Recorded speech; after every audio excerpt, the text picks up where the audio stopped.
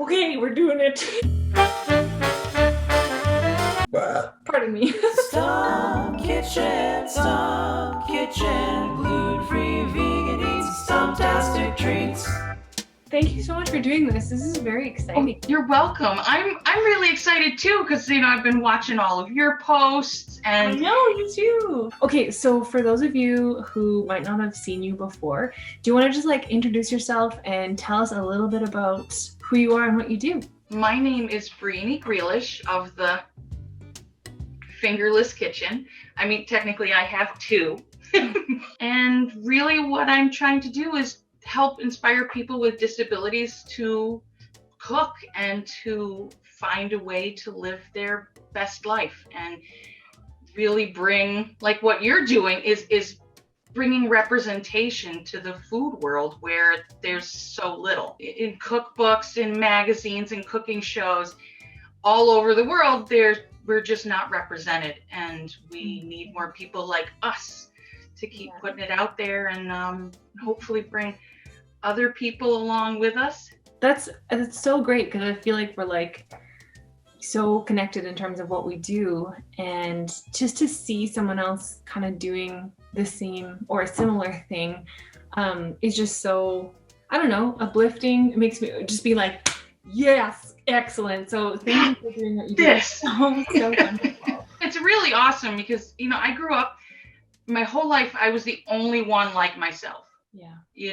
So most of the people, but I did know some people with disabilities through these games we used to do, kind of like mini Olympics for kids with disabilities. Yeah. There was still nobody really like myself. And so now with social media, it's really awesome to find other people. Absolutely. And have a community. So absolutely. Oh, that sun is getting more moving in on you. So we'll just do a casual Q&A, and while we're doing that, we're going to do a little what would you call it, what we're making here? Roast veggies, but I think it's kind of colorful because we've got the green from the Brussels sprouts, and I grabbed a red onion. Me too. See, it's awesome. And then the delicata has got this nice yellow color, and the sweet potato is kind of orangey, so we're kind of making this really pretty colored roast veggies. And I decided to go with the butternut squash. The orange bit, just because I had it in the house. So that's right.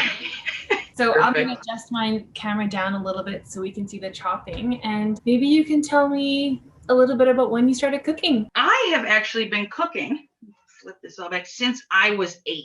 I am actually one of 10 children. We were all adopted. My father was in a wheelchair from a car accident. Mm-hmm. And I also have a sister with cerebral palsy and Turner syndrome. I have a little variety in the house, in my family. My dad did a lot of the cooking. My mom cooked as well. Mm-hmm. But mostly my dad was really in the kitchen, and he had a lot of issue with dexterity in his hands. Mm-hmm. Because of the car accident. He was paralyzed for a lot of his body, but yet he cooked for a whole horde of people. And he was a real inspiration for me to start cooking. I was always in there watching him. When I was 8, it was kind of like, oh, it's time to start helping. And I've been cooking ever since. So from going from helping him in the kitchen and stuff to now being in your own kitchen and cooking for your own family, do you have something that's your favorite thing to cook, or what really ignites your passion? Okay, there's a couple of things. We love Indian food. There's always more than one, right? We love Indian food. And for Christmas Eve, for a number of years now, we do a full Indian spread for Christmas Eve dinner. Oh yeah, it's a big hit. And I love to bake. My parents weren't bakers, so nobody was baking in the house. So it became my thing. My brother was in the Navy, and he'd call me the petite petty officer of desserts. I love that. Oh God, these look so good. I know, right? Yes. Can't wait to eat these. Ooh, nice. Yes. I know. I may have to throw these on the pan. Let's get a pan.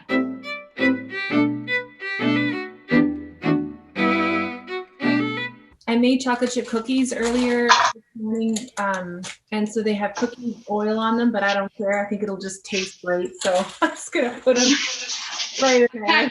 Yeah, I kind of feel you on that. You're like, why waste this? It's good. It's not gonna hurt anyone.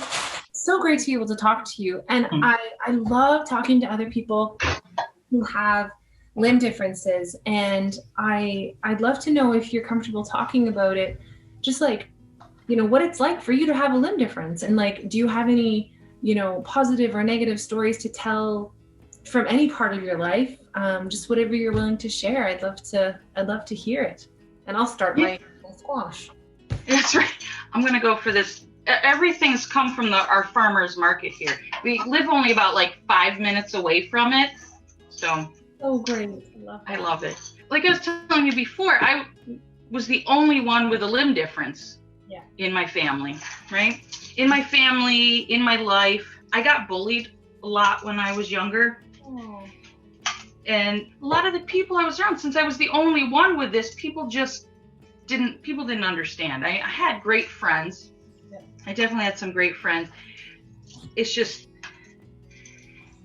people are not nice. You know, I get called a monster. Kids would run away from me screaming. Oh my God. Or freeze. Like you get some people, like kids who would just freeze and not know what to do, and they won't talk to you, and they're just horrified. And like, I'd have moms dragging their kids back to me going, I'm so sorry. You know, can we talk about this? And I said, you know, I love to answer questions. Right? I'd rather answer people's questions about my disability than have them running in terror. Absolutely. I've had a lot of learning to do, right? Because having a limb difference, not having anybody to show you how, you got to figure it all out on your own. So there's the learning curve, and not everything's easy. This takes practice. I'm so comfortable here in the kitchen. It's kind of going out into the real world that's the hard part. That's such a good point. That's the hard part. This is where we can excel, right? This is where we can do what we love, feel confident about what we're doing. But then you go out into the real world and you never know what experience you're going to have. You could just be a normal day, nobody's going to notice, or you're going to come across somebody who's not going to react well. Yeah, that gave me goosebumps as you were saying that, because that's exactly right. It's always a gamble.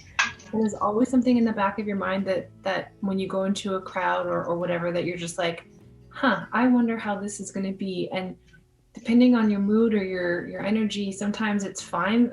Other times it's just awful. You know, like when people say, oh, you're so beautiful, but your arm, or like, hey, I'm going to pray for you so your hand grows back, or, you know, you're paying for the sins of your parents.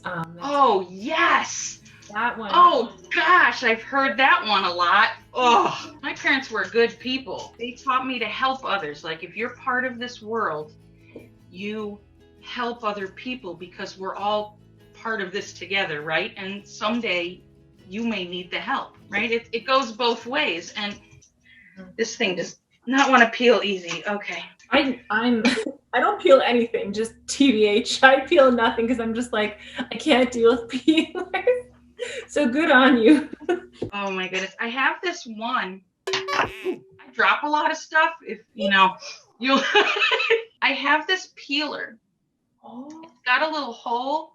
Yeah. And it's got a palm grip. Of course, this is made for people with all their fingers. Yeah. But what I found is that this little part fits into my hand like that. Oh, nice. So, you know, for only having one finger, I can use the normal one pretty well. Absolutely. So one of the things, like when I'm going out into the world, and you never know when something's gonna come up.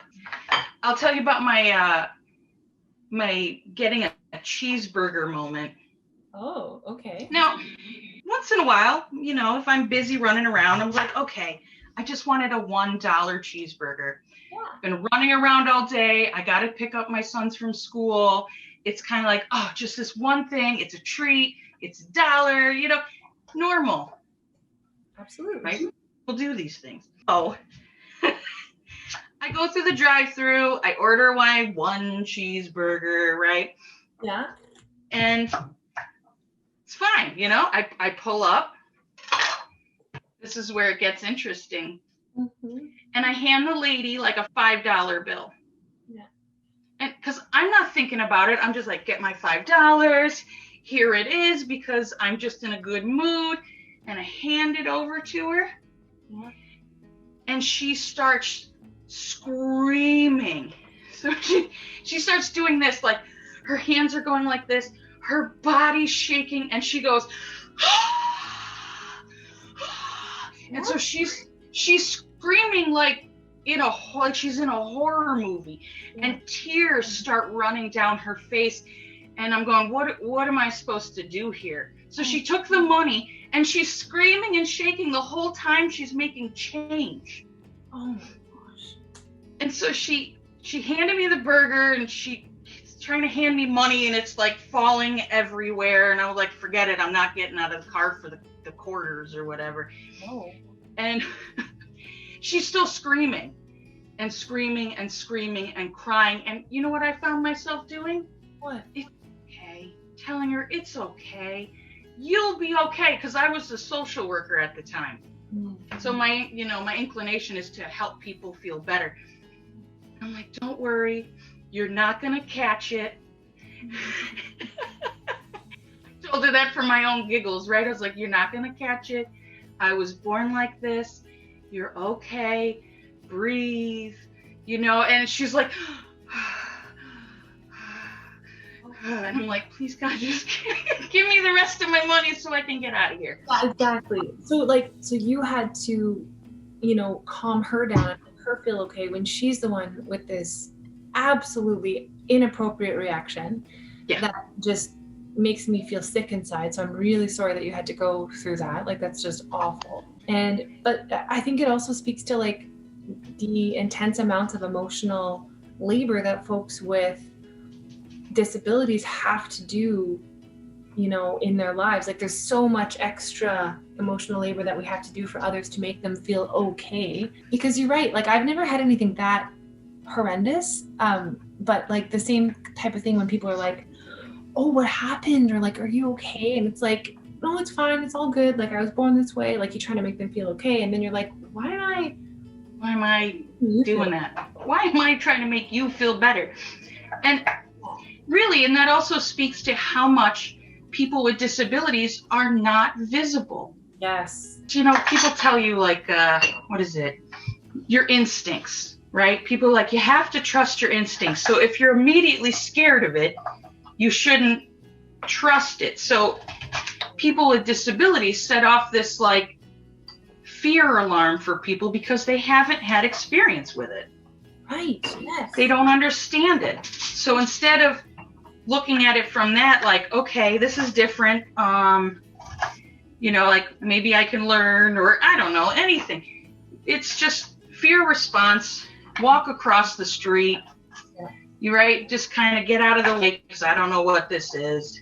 That reminds me of issues with like Islamophobia or race. Like it's if you don't meet people outside your bubble, then you're just, you don't have that chance to kind of open your worldview and be more, I don't know, open, empathetic, understanding, all of those things that you're talking about. And like you mentioned before, the lack of representation sure doesn't help. It doesn't. And I'm so glad to see more people that are coming out to say, this is who I am and I'm proud of it. Yeah. Because we need more of it. Plain and simple, it's time for us to have our moment to tell people, here we are. We're part of this world too, and we want to have a good life.